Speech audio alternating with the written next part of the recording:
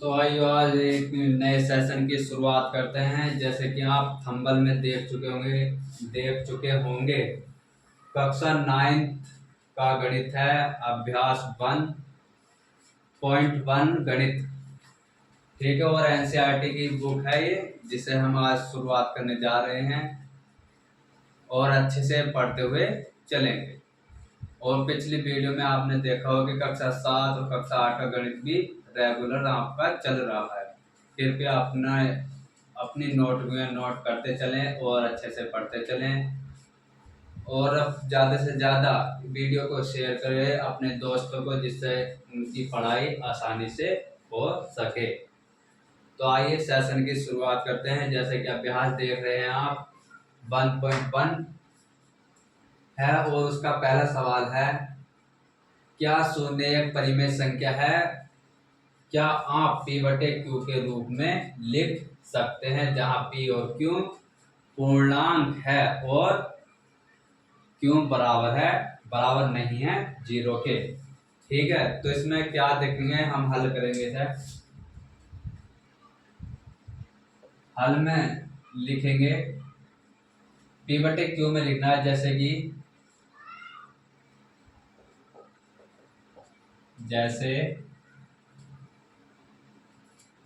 P बटे Q, जैसे हम पूर्णांक कोई संख्या होती है 0 के बटे हम 1 लिख दें तो ये क्या है, एक पूर्णांक है।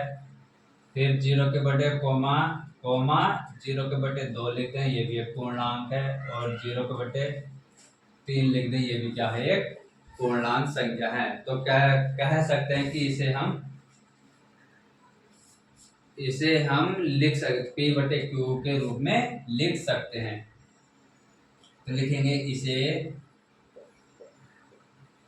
हम P बटे Q के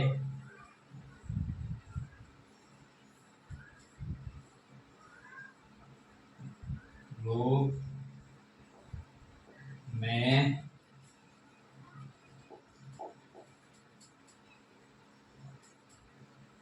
लिख सकते हैं।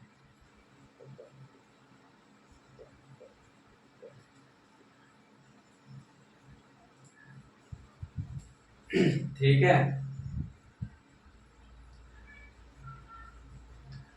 तो इसमें ब्रैकेट में अगर आप लिखना चाह सकते हो तो सही भी लिख सकते हैं, सही या हाँ।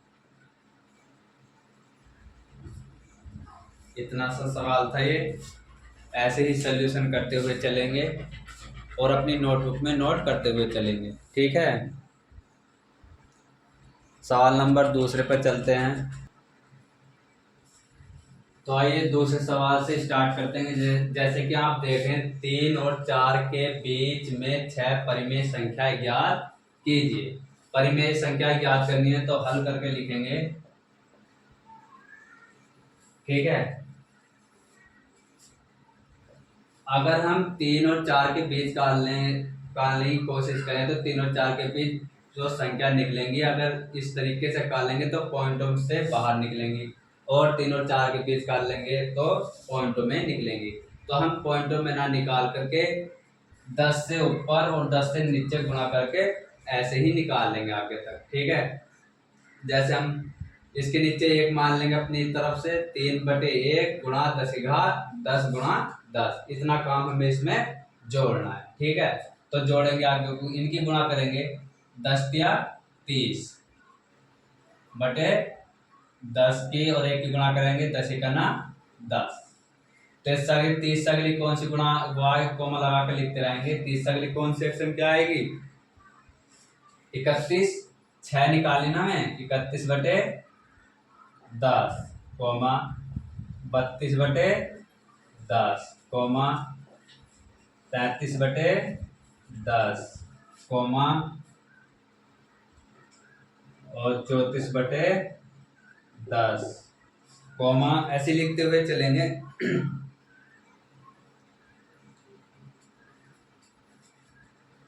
35 बटे 10 कोमा 36 बटे 10।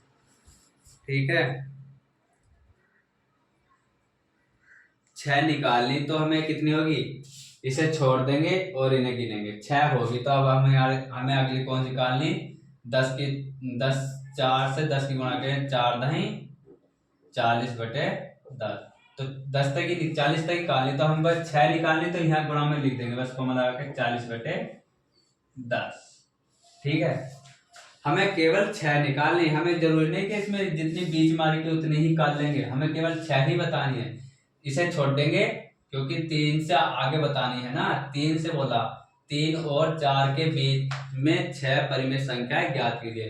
तो 3 को छोड़ेंगे, 3 से आगे देखेंगे, 1 2 3 4 5 6, तो कितनी होगी, 6 परिमेय संख्याएं हो चुकी हैं। तो इनका आंसर लिख लेंगे, ये यही लिख लेंगे ऐसे ही कॉमा लगा के, 32/10, 33/10, 34/10, 35/10, 36/10।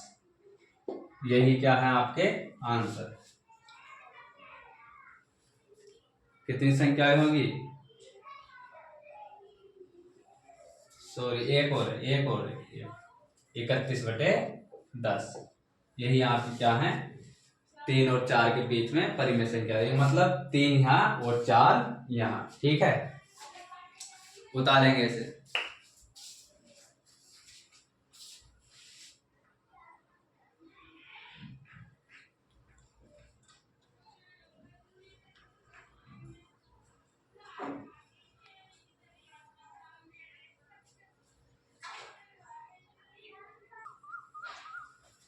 तो आइए सवाल नंबर 3 पर चलेंगे।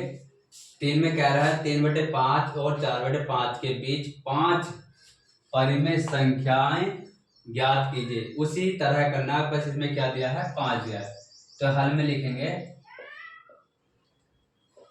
3/5 गुणा 10 से ही ऊपर करेंगे और 10 से ही नीचे।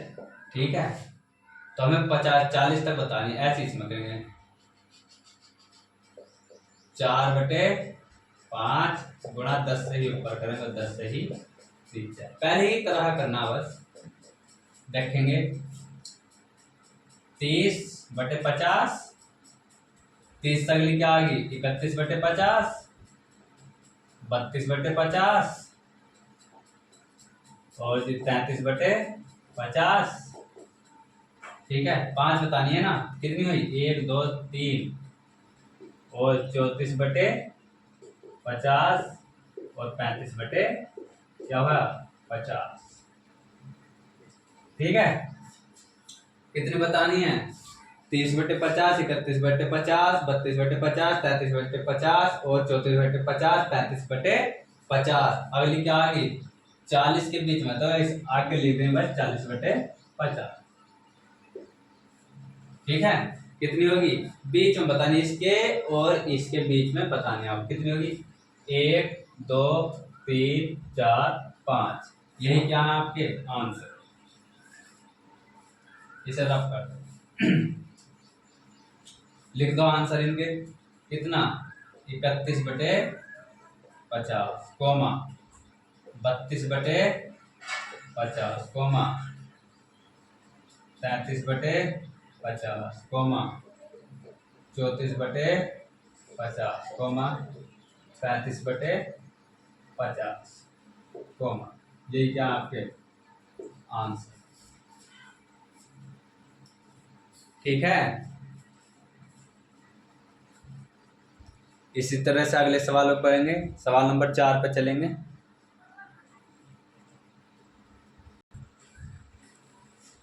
देखिए सवाल नंबर 4 लिखा है, नीचे दिए गए कथन सत्य हैं या असत्य, कारण के साथ अपने उत्तर दीजिए।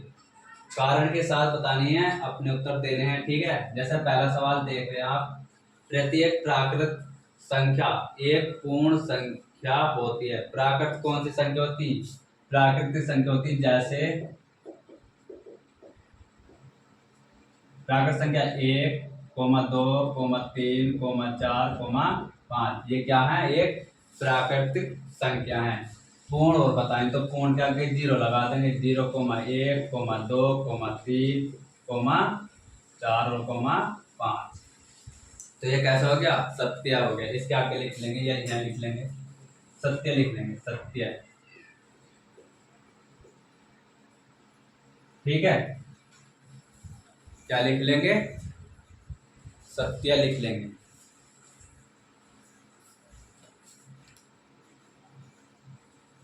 सत्य। ठीक।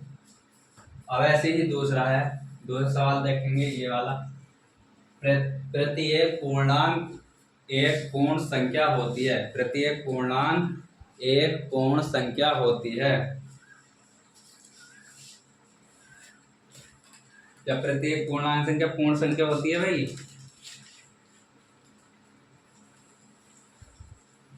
गलत। ये कैसे होगी? क्योंकि ये पूर्णांक नहीं है, क्योंकि ये माइनस में आती है। जैसे 0 से -1 की तरफ चलेंगे, -2 की तरफ चलेंगे, -3, और इधर क्या चलेंगे? 1, 2, 3 और 4 या -4। ठीक है, तो इसके आगे लिख लेंगे नहीं।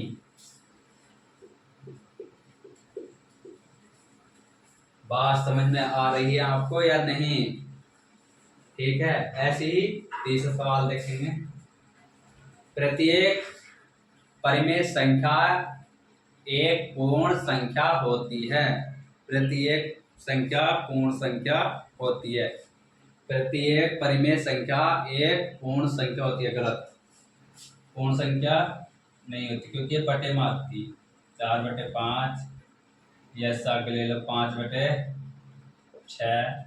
या 6/7, ऐसे होती है। ठीक है, या 1/2, अपनी इच्छा से कुछ भी ले सकते हैं इसमें। ठीक है, तो इसमें लिख लेंगे नहीं, यानी असत्य।